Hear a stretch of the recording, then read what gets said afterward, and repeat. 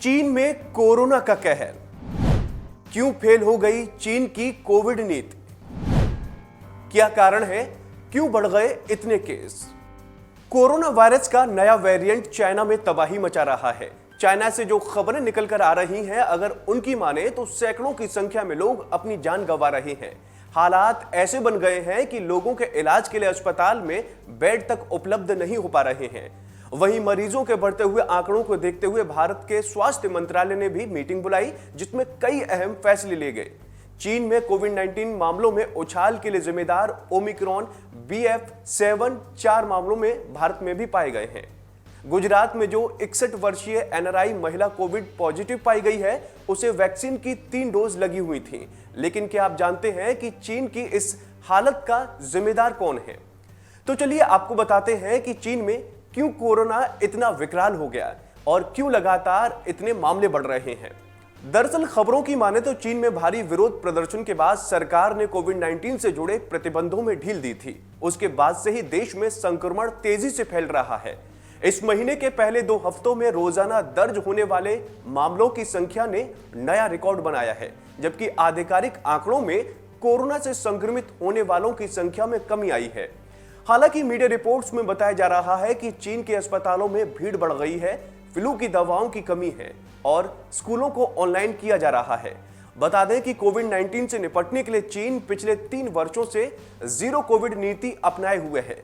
लेकिन खबर में आगे बढ़े तो उससे पहले आपको बता दें कि ये जीरो कोविड नीति क्या होती है। तो आपको बता दें कि जीरो कोविड नीति के तहत कोविड-19 से निपटने के लिए अत्यंत कड़े कदम उठाए जाते हैं। कोविड-19 के सभी ज्ञात मामले, यहां तक कि एसिम्प्टोमेटिक व्यक्ति को भी अस्पताल में भर्ती होना अनिवार्य होता है।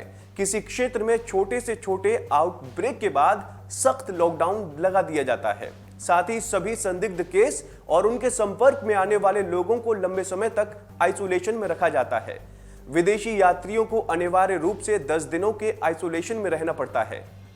अब बात यह कि चाइना अपने नियमों के लिए बेहद सख्त माना जाता है, तो ऐसे में उसकी ऐसी नीति क्यों फ्लॉप हो गई? दरअसल बता दें कि चीन जीरो कोविड नीति भले ही कठिन हो, वो 3 साल तक वायरस के प्रसार को रोकने में प्रभावी रहा। हालांकि इसका एक दूसरा मतलब यह निकलता है कि वहां की एक बड़ी आबादी कभी भी वायरस से संक्रमित नहीं हुई।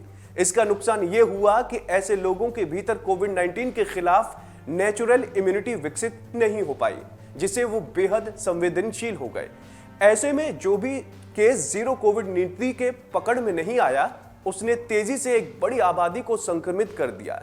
इस साल मार्च अप्रैल में ऐसा ही हुआ था।